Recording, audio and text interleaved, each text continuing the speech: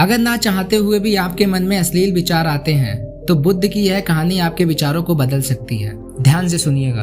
एक बार चंद्रवंशी राजकुमार भरत बुद्ध के संदेह भिक्षु के रूप में दीक्षित हुए। बुद्ध अपने भिक्षुओं को उपदेश देने के साथ साथ उनको भिक्षाटन के लिए भेजते थे, जहाँ से उनको भिक्षा मिलती। भरत को महात्मा बुद्ध ने भिक्षा लेने के लिए एक श्राविक के घर पर भेजा। भरत रास्ते में चलते हुए सोच रहे थे कि ना जाने आज खाने में क्या मिलेगा। हमेशा महल में खाने के लिए अनगिनत स्वादिष्ट भोजन मिलते थे, लेकिन आज जो भी मिलेगा उसी से काम चलाना पड़ेगा। भरत ने श्राविका के घर जाकर भिक्षा की याचना की। श्राविका ने भरत को बैठने के लिए कहा। श्राविका जब अंदर गई तो भरत पुनः अपने प्रिय भोजन के बारे में सोच रहे थे। जब श्राविका भोजन लेके आई तो भरत अचंभित रह गए। भरत अपने प्रिय भोजन को देखकर खुश हो गए। भरत भिक्षा ग्रहण करने लगे। भिक्षा ग्रहण करते हुए भरत सोचने लगे कि उनको हमेशा खाना खाने के बाद विश्राम करने की आदत है, लेकिन आज उन्हें यहाँ खाना ग्रहण करने के बाद धूप से होकर वापस आश्रम पहुँचना है। भोजन हो जाने पर श्राविका ने भरत को कुछ समय विश्राम के लिए आग्रह किया। भरत पुनः खुश हो गए। सारी इच्छाओं को पूर्ति होते देख भरत इसको संयोग मानकर कुछ देर के लिए लेट गए। लेटते हुए भरत सोचने लगे कि आज तो सोने को मिल गया, लेकिन मेरे सर पर हमेशा के लिए छत का साया तो मिट गया है। जब भरत सोकर पुनः उठे तो श्राविका ने कहा कि आपको जब तक यहाँ पर रहना है आप यहाँ पर रह सकते हैं।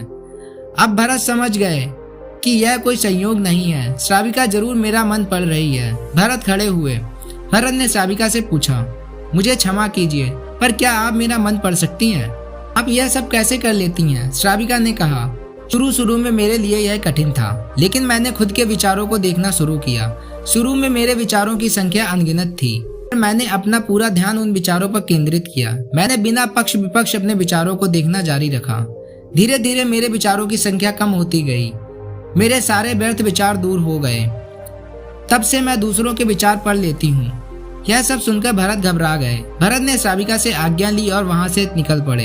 रास्ते में चलते हुए भरत अपने मन के विचारों पर स्मरण करने लगे। भरत के मन में श्राविका के बारे में अश्लील विचार आए। श्राविका ने भरत के बारे में क्या सोचा होगा? भरत को खुद पर शर्म आ रही थी।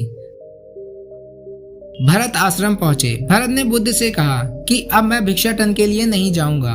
बुद्ध ने भरत को नीचे बैठाया और कहा, क्या हुआ? तुम मुझे अपनी व्यथा विस्तार से बताओ। भरत ने विस्तार से सारी बात बताई। भरत की बातों को सुनकर बुद्ध ने कहा कि आज से 7 दिनों के लिए श्राविका के घर पर भिक्षा के लिए तुम ही जाओगे, लेकिन तुमको कुछ बातों का ध्यान रखना पड़ेगा। कल तुम जाते हुए अपने चित्त को पूरे होश में रखना। तुम्हारे अंदर कौन से विचार उठ रहे हैं उन पर ध्यान केंद्रित करना। होशपूर्ण और जागरूकता के साथ ध्यान करना कि कौन सी वासना तुम्हारे भीतर उठ रही है। इन सभी का ध्यान करते हुए जाना और फिर मुझसे विचार विमर्श करना। अगले दिन भरत बुद्ध के बताए अनुसार पूरे मार्ग में अपने होश को जागृत रखते हुए चल रहा था। भिक्षु आज पूरी तरह से जगा हुआ था। जैसे जैसे श्राविका का घर नजदीक आ रहा था, भरत की घबराहट बढ़ रही थी। भरत ने अपनी घबराहट को एक तरफ करते हुए बुद्ध के विचारों पर ध्यान केंद्रित किया।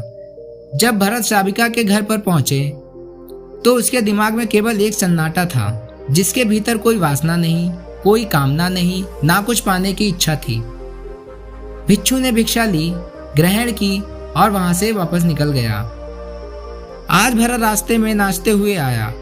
आज उसको जिस आनंद की अनुभूति हुई वह अद्भुत थी। आज से पहले इस आनंद को उसने कभी महसूस नहीं किया। भरत ने आश्रम जाकर बुद्ध को प्रणाम किया।